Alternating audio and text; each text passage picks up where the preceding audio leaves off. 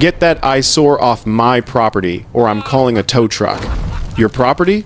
Lady, check your deed. This is Sinclair land, and it has been since 1951. Hi, I'm Marcus Sinclair, and what I'm about to share isn't just my story. It's a warning about what happens when power goes unchecked. Stay with me, because you won't believe how this ends. The envelope was butter yellow, expensive paper stock with embossed lettering, Pinehurst Springs Homeowners Association. I tore it open, standing in Grandma Ruth's driveway, my driveway now, and read the violation notice. 48 hours to move my truck into the garage or face a $300 fine. Below that, the signature, Patricia Thornwell, HOA President. I looked up at the house. Weathered siding, sagging porch, gravel driveway surrounded by fields that stretched to the tree line. The Sinclair family had owned this place since '51. All 900 acres, including the land where 263 identical beige houses now sat in neat rows. They called it Pinehurst Springs. Built their empire on leased ground they seemed to think they owned. Their clubhouse sat on 18 acres they never asked permission to use. She had no idea what was coming. The Mercedes arrived the next morning. Black, polished, deliberate. The woman who stepped out wore a charcoal suit and sunglasses despite the overcast sky. Mid-50s, blonde hair pulled back so tight it looked painful. She walked up my porch steps like she'd done it 1,000 times. "You must be the new tenant," she said. Voice flat, cold. "I'm Patricia Thornwell, president of Pinehurst Springs HOA. Your grandmother Ruth was always prompt with payments. I trust you'll continue that tradition." I set down my coffee. "I'm Marcus Sinclair, Ruth's grandson. This house belonged to my family. Still does." Patricia's mouth twitched. "Everyone thinks that, but this is an HOA community. You're required to comply with our covenants." She dropped a thick binder on the railing. "Read it. Familiarize yourself with the rules." She turned to leave, paused. "Next time you park that truck in violation of standards, we'll have it towed. Fee is $900. I flipped through the binder after she left. 200 pages of restrictions. Grass height, paint colors, vehicle types, landscaping requirements. Then, I reached the back section. Properties included in Pinehurst Springs HOA. I went through the list twice. My address wasn't there. That evening, my neighbor knocked.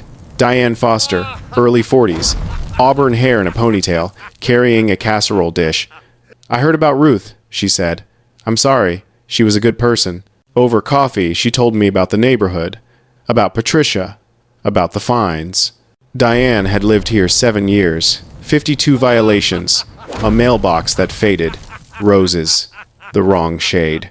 A cracked window that took 3 weeks to replace, $21,000 in fines. I tried to fight it once. "She said," staring at her hands. Patricia threatened to put a lien on my house, said she'd ruin my credit. She looked up. "I have 3 kids. I couldn't risk it." After Diane left, I opened my laptop. I searched property records, HOA formation documents, anything that would explain Patricia's authority. The property list in the binder didn't include my address, but Patricia had come here like she owned the place. I thought about Grandma Ruth paying fines for 15 years, never saying a word. The anger started then. Cold, sharp, focused. I opened a new document and started a list. Question 1. Does the HOA have legal authority over this property? Question 2. If not, why did Ruth pay them? Question 3. What are they actually entitled to manage?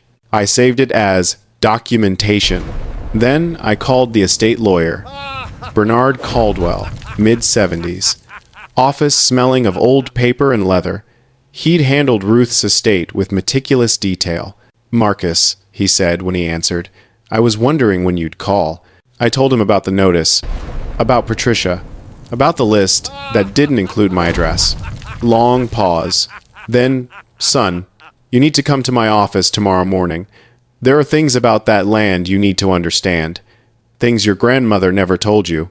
I hung up and sat in the dark kitchen, watching the lights of Pinehurst Springs through the window. Ruth had paid them for 15 years. I wasn't going to pay them for 15 seconds. Caldwell's office was downtown, tucked between a pawn shop and an insurance agency. Inside, filing cabinets lined every wall. He gestured to a chair and pulled out a folder, thick as a phone book. The first document was a deed dated 51. Sinclair Family Trust, 900 acres. My grandfather's signature at the bottom. This is what Ruth inherited, Caldwell said. All of it. House, fields, everything. He slid another document across. Lease agreement, 2008. Developer wanted to build Pinehurst Springs. Ruth leased them 270 acres. 50-year term, $14,000 a month. I did the math. $168,000 a year for 50 years. Caldwell tapped the lease. Read clause 19. I found it. The landlord retains the right to terminate the lease with 90-day notice if the lessee violates environmental or conduct covenants. What does that mean? It means if the people renting that land break the rules, you can take it back. Your grandmother built that into the contract. Smart woman. He pulled out a survey map dated 2008 showing exact boundaries of the leased parcel. Then a plat map of Pinehurst Springs. Your house, Caldwell said, pointing, is here, outside the lease boundary by 180 meters. The room felt smaller. The HOA has no authority over my property. Caldwell nodded.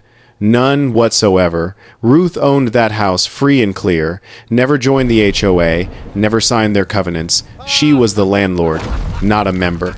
Then why did she pay them? Caldwell's face darkened. I don't know. She never told me, but if they pressured her for money she didn't owe, that's extortion. And if they've been doing it to others, it's a pattern. He slid one more document across, the original deed. Lot 1, original Sinclair parcel, not included in lease agreement. Take this, he said. And Marcus, be careful. Patricia Thornwell doesn't like being told no. She spent 15 years building her kingdom. She won't give it up easily. I drove to the county recorder's office. The clerk, a woman named Gloria with reading glasses on a chain, raised her eyebrows at my request list. That'll take some time, she said. Research room's open. 6 hours later, I walked out with a folder full of proof. The plat map filed in 2008 clearly stated, leased from Sinclair Family Trust, 270 acres. The HOA formation document filed in 2009 stated, HOA governs properties within leased boundaries only. My grandmother's house sat on parcel A, 14 acres outside the lease boundary by exactly 183 meters. The HOA had no jurisdiction. None. But I wasn't done. I pulled up the HOA's website and requested financial statements. 3 days later, I got an email with a PDF attached. No greeting, just a cold signature line from the HOA secretary. I opened the file that night. The HOA collected $475 monthly from 263 homes. That was $124,925 every month. Then I saw it. Consulting fees to Thornwell Advisory Group, $7,500 monthly. Property management to Summit Ridge Services, $11,000 monthly. I searched both names. Thornwell Advisory was registered to Patricia's home address. Summit Ridge Services was registered to the same address. $18,500 monthly. $222,000 annually, going directly into Patricia Thornwell's pockets and those of Devin Ashford, the vice president. This wasn't just overreach. This was theft. I started a spreadsheet. Column 1, HOA violation. Column 2, evidence. Column 3, witness. Column 4, remedy. By midnight, I had 14 rows. 14 separate violations. 14 reasons to act. The next evening, Diane came by. I showed her the financial statements, the shell companies, the payments. Her face went pale. $21,000, she whispered. I paid them $21,000 over 4 years. For what? I reached across the table. It wasn't nothing. It was extortion. And I'm going to prove it. She looked up, eyes red. How? Patricia has lawyers, money, the whole board behind her. I pulled out my folder. She doesn't have the truth. And she doesn't have this. I showed Diane the deed, the survey, the lease agreement, explained it slowly, watching her face change from confusion to disbelief to something that looked like hope. I need names, I said. Stories. People willing to say what happened to them. Diane bit her lip. People are scared. I know. But if we're going to stop her, we need witnesses. Will you help? Slowly, she nodded. I'll make a list. But Marcus, when Patricia finds out you're digging into this, she's going to come after you hard. I thought about Grandma Ruth paying fines in silence for 15 years. About Diane, $21,000 poorer. About 263 families living under Patricia's thumb. Let her come, I said. I'm not afraid of Patricia Thornwell. The land surveyor arrived at 8 the next morning. White pickup, equipment in back, early 40s, reflective vest, clipboard, Griffin Hayes. I showed him the survey maps from 51 and 2008. I'll need about 4 hours, he said. GPS, theodolite, boundary markers. When I'm done, you'll know exactly where your property ends and the lease begins. I drove back to the recorder's office. Gloria recognized me. Back again? What now? I handed her my list. Building permits for the Pinehurst Springs clubhouse, permits for the park and pool, zoning approvals, environmental impact statements, anything filed between 2008 and 2010. An hour later, I was cross-referencing coordinates. The clubhouse permit approved in 2009, I traced the boundary line with my finger. The clubhouse sat on parcel B, 16 acres. Outside the lease boundary, they'd built on land they didn't have permission to use. When I got back, the surveyor was standing near the fence line. Your grandmother's property line runs here, he said, pointing to stakes he'd driven into the ground. The lease boundary runs there, he pointed 50 feet away. He showed me his tablet. This building, the clubhouse, appeared as a gray rectangle, is entirely on parcel B, 16 acres of your land. Not leased, not authorized. He handed me a printed report, signed and notarized. This is your proof. I sat on the porch with the report and permit records. Patricia and her board had overstepped their authority with the entire structure of their organization. They'd built their headquarters on stolen ground and been siphoning money for years. I pulled up the financial statements again. Thornwell Advisory Group, Summit Ridge Services. Neither had websites, business listings, or evidence of providing actual services. Shell companies designed to funnel HOA funds into private accounts. I created a timeline document. 2008. Ruth leases 270 acres. 2009. HOA formed. Patricia elected president. 2009. Clubhouse construction begins on non-leased land. 2010. Thornwell Advisory begins receiving payments.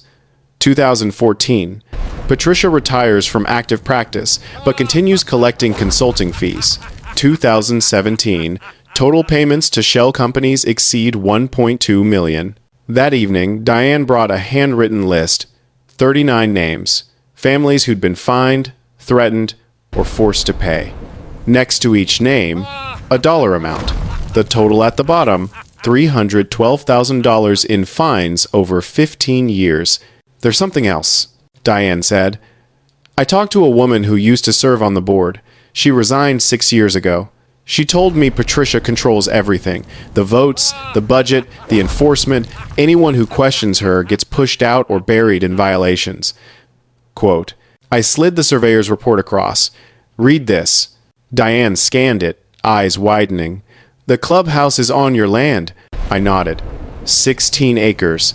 Never authorized, never leased. They've been trespassing for 13 years. For the first time since I'd met her, I saw hope in Diane's eyes. Dangerous, fragile hope.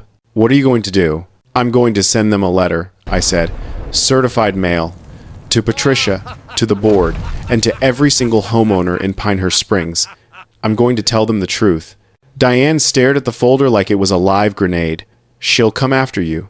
I thought about Grandma Ruth, about Diane, about 39 families and $312,000. Let her try, I said. I've got the law on my side. I've got the documents. I've got witnesses. And I've got something she doesn't have. Diane leaned forward. What's that? I smiled. The truth. Caldwell helped me draft the letter. 3 hours, 4 revisions. Clear, precise, legally airtight. I was the legal owner of 900 acres. The HOA had no authority over my property. They'd constructed facilities on land they didn't lease. They needed to stop sending notices, stop demanding payments, and either remove their structures or negotiate a proper lease. 30 days to respond. We attached copies of everything. Deed, survey, lease agreement, plat map. Caldwell printed 265 copies, one for Patricia, one for each board member, one for every household. We sent them certified mail on a Wednesday. 3 days later, my phone rang at 7 in the morning. Patricia's voice came through tight, furious. You have some nerve. Sending lies to my community, threatening us. This is harassment. I put the phone on speaker. It's not harassment. It's a statement of fact. Everything in that letter is documented and true. Your grandmother signed an agreement. She was part of this community. She paid her dues for 15 years. She paid under duress. You had no legal authority. You have no authority over mine. If you think I'm wrong, check the county records yourself. Silence. Then Patricia's voice came back lower, controlled. You think you can just walk in here and tear apart a community that's been thriving for 15 years? We have 263 families. We have infrastructure. We have rules that keep property values stable. You have a clubhouse on land you don't own. You've been collecting fees from people who don't owe you anything. And you've been paying yourself through shell companies for years. That's not community management. That's fraud. Longer silence. You have no idea what you're starting. We have lawyers, resources. If you want to fight, we'll give you one. I don't want to fight, Patricia. I want you to follow the law. You have 27 days left to respond properly. I suggest you use them. She hung up. That evening, Diane called. Did you see the community forum? Everyone's talking about your letter. People are asking questions, demanding to see the HOA's legal justification. I opened my laptop. Hundreds of comments. Some defended Patricia. Most asked why the HOA had never disclosed the land was leased, why the clubhouse wasn't on the original plat, why the financial statements showed payments to companies nobody had heard of. One comment stood out. I checked the county records today. Everything in Sinclair's letter is true. The deed is public record. We've been lied to for 15 years. 2 days later, Patricia called an emergency HOA meeting. Diane went, sitting in the back. It was chaos, she told me the next morning. 170 people showed up. Patricia tried to control it, but people kept interrupting. They wanted to see the lease agreement, wanted to know why the clubhouse was built where it was. A man had stood up asking about Thornwell Advisory. What services did the company provide? Why was the HOA paying $7,500 monthly to a company owned by the president? Patricia's face had gone red. Legal consulting, compliance reviews, contract management. The man pressed. Where were the reports? The documentation? Patricia called for a vote to table the discussion. The board voted 4-0. Meeting adjourned. People are angry, Diane said. They feel betrayed. Some are talking about removing Patricia from the board. Caldwell called me that afternoon. She's going to come at you hard.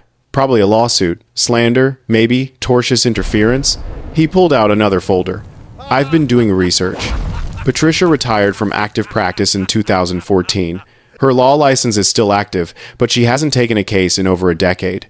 Summit Ridge Services is registered as a property management firm, but there's no evidence it manages any properties outside Pinehurst Springs. These are shells. He slid a document across. HOA bylaws require a vote of the membership to approve contracts over $7,000 annually. The payments to Thornwell Advisory and Summit Ridge were never voted on, never disclosed, never approved by anyone except the board. So she's been violating her own rules. Caldwell nodded.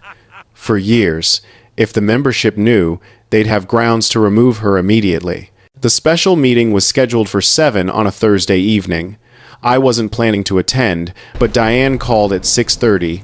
Urgent. You need to be there. People are demanding answers. If you don't show up, Patricia will control the narrative. The clubhouse was packed when I arrived, every seat filled, people standing along walls. I stayed in, back, arms crossed. Patricia sat at the head table with the vice president and secretary. She banged the gavel. This meeting will come to order. We're here to address concerns raised by recent correspondence. A man in the third row stood. Then show us the lease agreement. Show us the legal opinion that says the HOA has authority over the Sinclair property. Patricia's expression didn't change. That information is privileged. Board business is not subject to disclosure. Another woman stood. The bylaws say contracts over $7,000 require membership approval. Did we ever vote on payments to Thornwell Advisory? Those are operational expenses, not contracts. The board has discretion. The room erupted, voices overlapping. Patricia banged the gavel. Order, or I will adjourn this meeting. Someone in the front turned. Is Marcus Sinclair here? The room went quiet. 200 faces turning. I raised my hand. I'm here. The crowd parted as I walked forward. Patricia stared at me, face rigid. You're not a member of this HOA. You have no right to speak. The man who'd asked for the lease stood. I'm a member. I'm yielding my speaking time to him. That's not how this works. But the crowd was murmuring approval. Someone started clapping. Within seconds, half the room was applauding. Patricia set down the gavel. Fine. Say what you came to say. I pulled a folder from under my arm. I didn't come here to fight. I came because people deserve the truth. I opened the folder. This is the deed to my property. 900 acres owned by the Sinclair family since '51. Public record. Anyone can verify it. I held it up. This is the lease agreement from 2008. My grandmother leased 270 acres. Not 900, 270. I pulled out the survey report. This is a certified boundary survey completed 3 weeks ago. It shows exactly where the leased land ends. My house is outside that boundary by 180 meters. The clubhouse you're sitting in is on 16 acres that were never leased, never authorized, never paid for. The room was silent. I pulled out the financial statements. This is the HOA's own financial record. It shows payments of $7,500 monthly to Thornwell Advisory and $11,000 monthly to Summit Ridge Services. Both companies are registered to Patricia Thornwell's home address. I looked at Patricia. She was standing, hands flat on the table. That's enough. You're making accusations you can't prove. Then show everyone the invoices. Show them what services these companies provided for $18,500 monthly over 15 years. Patricia's mouth opened, closed. I turned to the crowd. I'm not here to destroy your community. I'm here because your president sent me a violation notice for parking on my own property. Because when I looked into it, I found evidence of mismanagement and possible fraud. You deserve better. I closed the folder. The documents I just showed you are available at the county recorder's office. Public record. Check them yourself. Look at the evidence and decide. A woman in the middle section stood. I move to suspend Patricia Thornwell from her position as president, pending an independent audit. Another voice. Second. Patricia grabbed the gavel. That motion is out of order. But the crowd was calling for a vote, hands shooting up. The secretary stood. Counting. 172 in favor, 39 opposed. The motion carries. Patricia stared at her. The vice president cleared his throat. I'm resigning from the board effective immediately. He stood and walked out. Patricia stood alone at the head table, face pale. For 15 years, she'd ruled this community. Now, it had collapsed. She looked at me. I saw fear in her eyes. She picked up her papers, stuffed them in her bag, and walked out. No speech, no final words, just silence and the sound of her heels on tile. After she left, people came up to me. The man who'd called for the vote introduced himself. We need to elect an interim board, hire an independent auditor, figure out what to do about the clubhouse. I nodded. I'm willing to negotiate a proper lease. Fair terms, legal terms. But first, clean house. Get people in charge who care about the community. He shook my hand.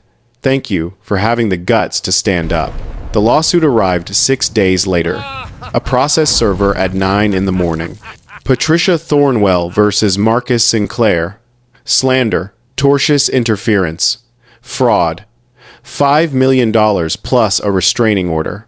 I called Caldwell. She's desperate. These claims are baseless. We'll file a motion to dismiss and a counterclaim for trespass and fraud. 2 days later, a detective called. Cole Hammond, Economic Crimes Division. Mr. Sinclair, I've received a complaint regarding financial irregularities at Pinehurst Springs HOA. Several residents have come forward. I understand you have relevant documentation. I invited him that afternoon. He arrived in an unmarked sedan, worn suit, leather briefcase. I spread everything on the dining table. Cole went through it methodically. When he got to the shell company payments, he whistled. $222,000 annually for 15 years. That's over $3 million, and there's no evidence these companies provided any services. I shook my head. None. Cole closed his notebook. This is textbook embezzlement. I'll need to interview the board and subpoena the bank records. If this holds up, Miss Thornwell is looking at felony charges. The new interim board contacted me the following week. 3 residents elected temporarily. They wanted to meet about the clubhouse. We sat in a library conference room. The interim president, a man in his mid-50s named Thomas, an accountant who'd lived there 9 years. We've hired a forensic auditor, he said. What we've found is worse than we thought. He slid a folder across. Patricia withdrew $390,000 from the reserve fund over 6 years. Emergency repairs, she called them. We can't find invoices or work orders for any of it. I looked at the highlighted entries. Roof repair, $75,000. Foundation work, $65,000. HVAC replacement, $85,000. All paid to companies that didn't exist. She was just taking the money, I said. Thomas nodded. We're filing civil suits to recover funds and cooperating with the criminal investigation, but that's not why we're here. We need to talk about the land. He pulled out a map. The clubhouse, park, pool, all on property you own. We don't have a lease. Legally, you could demand we tear it down. I studied the map. 16 acres. Facilities serving 263 families. Kids who swam in that pool. Parents who used that park. I'm not interested in destroying what you've built, I said. I'm interested in doing things properly. Legal lease, fair terms, proper documentation. I want the HOA reformed, transparent finances, reasonable rules. No more harassment. You do that, and we can work something out. Thomas's shoulders relaxed. What kind of terms? 30-year lease on the 16 acres, $1 annually, symbolic.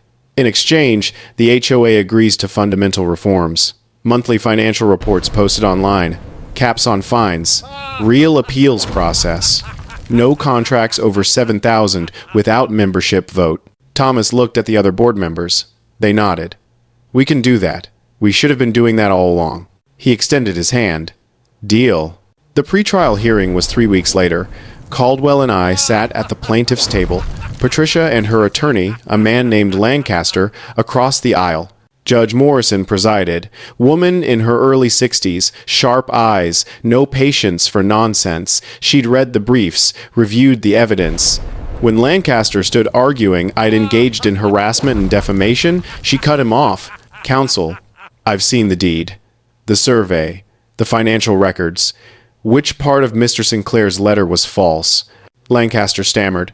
Your Honor, the characterization of my client's actions as theft was supported by documented payments to shell companies owned by your client, companies that provided no discernible services. She looked at Patricia. Miss Thornwell, you were an attorney. You understand fiduciary duty. The evidence suggests you violated that duty systematically over more than a decade. Patricia stood. Your Honor, I dedicated 15 years to that community.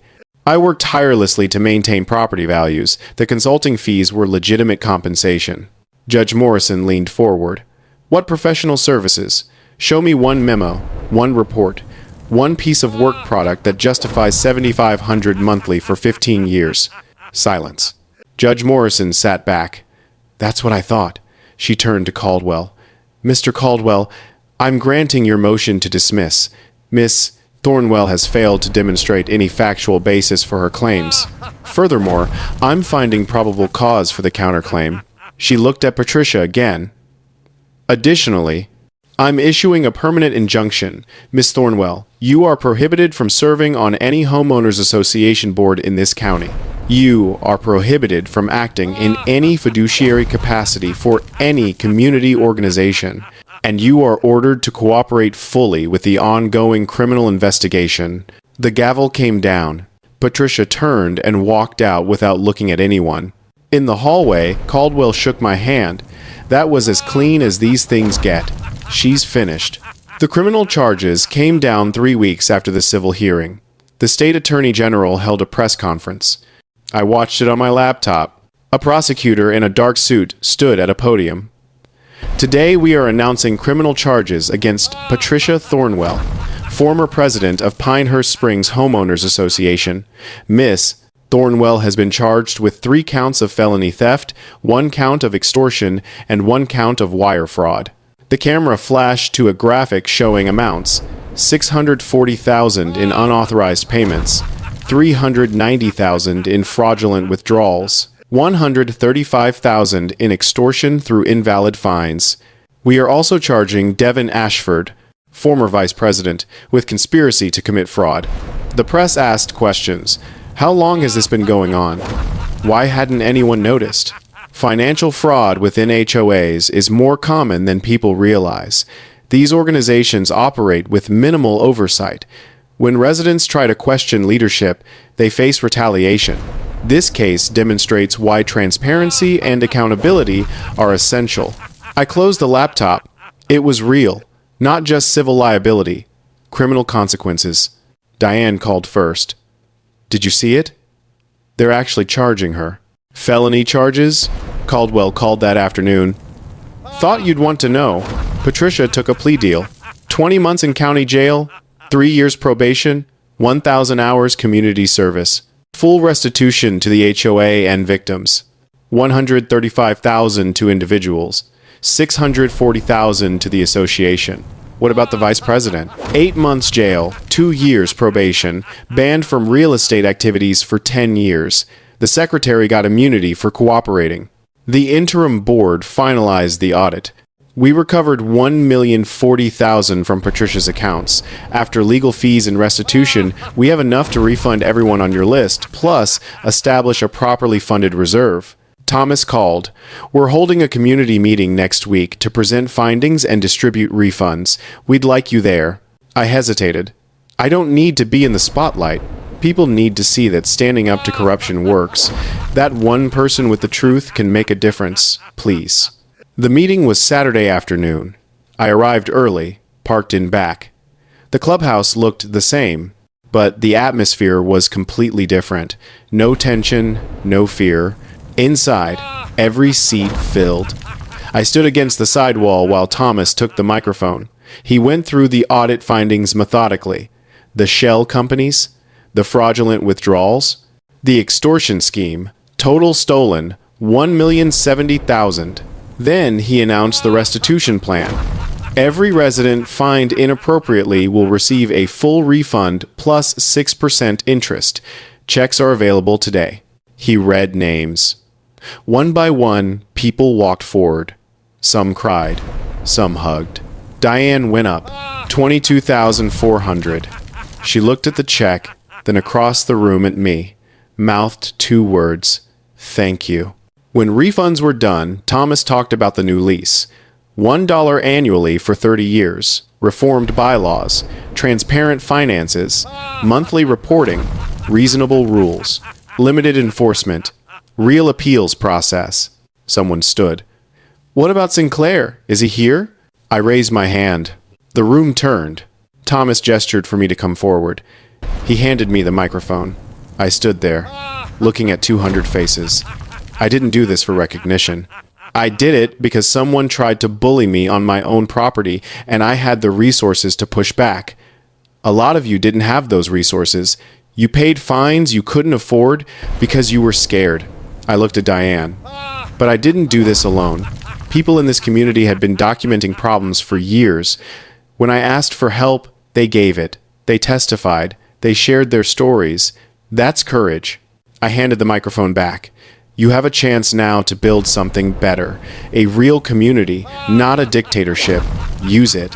Applause started slowly, then built. After the meeting, dozens came up to thank me. An older woman grabbed my hand. My husband and I were fined $7,000 because our garage door was the wrong shade. We almost lost our house. Tears in her eyes. You gave us our lives back. A younger man introduced himself as a veteran threatened with foreclosure because his service dog didn't meet breed restrictions. I served 3 tours. Came home with PTSD. My dog is the only reason I'm still here. Patricia tried to take that away. His voice cracked. You stopped that. You stopped all of it.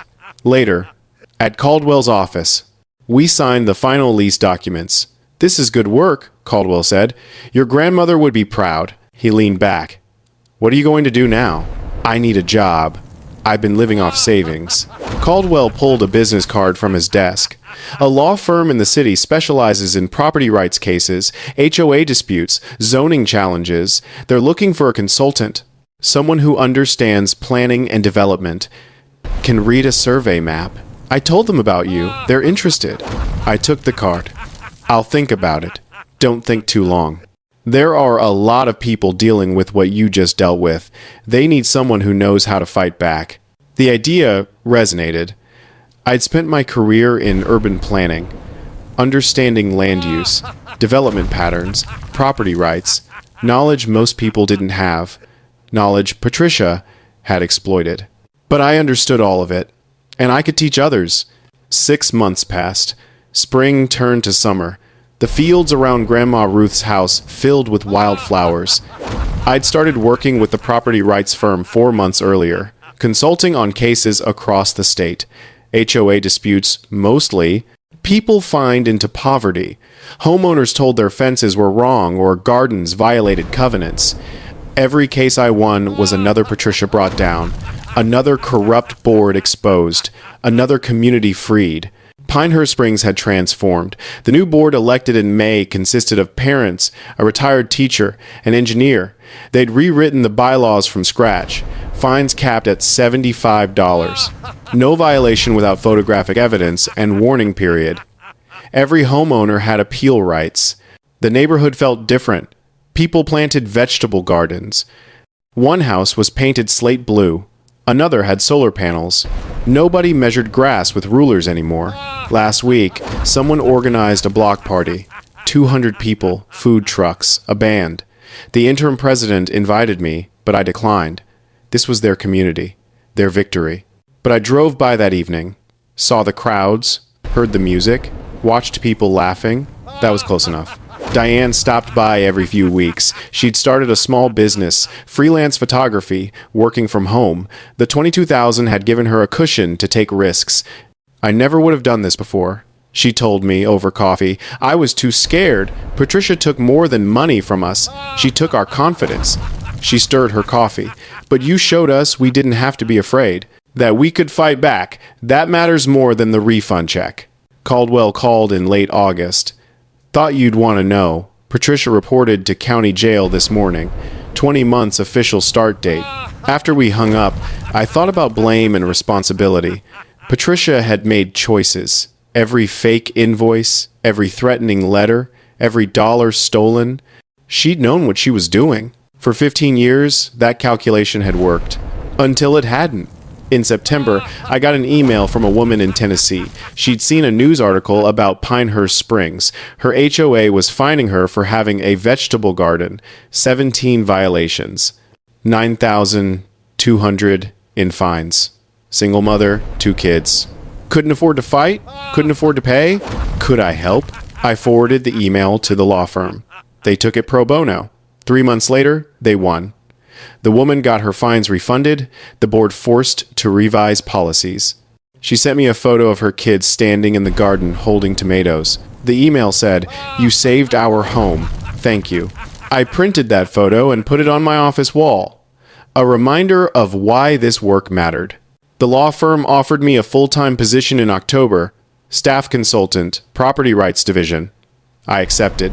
One evening in November, I drove to the cemetery where Grandma Ruth was buried. The headstone was simple. Ruth Sinclair, 1933 to 2024. Beloved grandmother. I stood there watching the sun set over the hills. I kept the land, I said aloud. The house, the fields, everything you left me, and I fixed the HOA problem, the way you would have wanted. Legal, proper, no violence, just truth and documentation. The wind rustled through the trees. People thank me. They say I saved their community. But I was just doing what you taught me. Stand up for what's right. Don't let bullies win. Use the system. I knelt, put my hand on the headstone. The granite was cool. I miss you. I wish you'd told me about Patricia, about the fines. I would have helped sooner. But maybe she'd been waiting for the right moment, the right person. Maybe that's why she'd left me the land. Not just as an inheritance, as a mission. Fix what I couldn't fix. Finish what I couldn't finish. In December, the first snow came. I sat on the porch, wrapped in a blanket, watching flakes fall across the fields. The house looked different now. Repaired porch, painted trim, fixed roof. It wasn't just Grandma Ruth's house anymore. It was mine. Pinehurst Springs sat in the distance, lights twinkling. A community healed, governed by people who cared instead of people who craved power. The fields were white, pristine, untouched. I pulled out my laptop and opened the website I'd been building. Know Your Property Rights, a resource for homeowners dealing with overreaching HOAs. How to request documents, read a deed, file complaints, organize. I'd been working on it for months. It would launch in February. Free access for anyone who needed it. I added a final section to the homepage, a dedication. For Ruth Sinclair, who taught me that land is more than property. It's legacy, it's dignity, it's freedom, and it's worth protecting. I saved the file and closed the laptop. The snow was falling heavier, covering the fields in white. I thought about everything that had happened since I'd first pulled into this driveway 7 months ago. The violation notice, the confrontation, the research, the documents, the community meeting, the trial, the victory. 7 months to dismantle a dictatorship. 7 months to restore justice. 7 months to learn that one person with the truth really could make a difference. I stood and walked to the edge of the porch. The cold air bit at my face. I was home. Finally. Truly home. What do you think about my situation? Leave your thoughts in the comments below.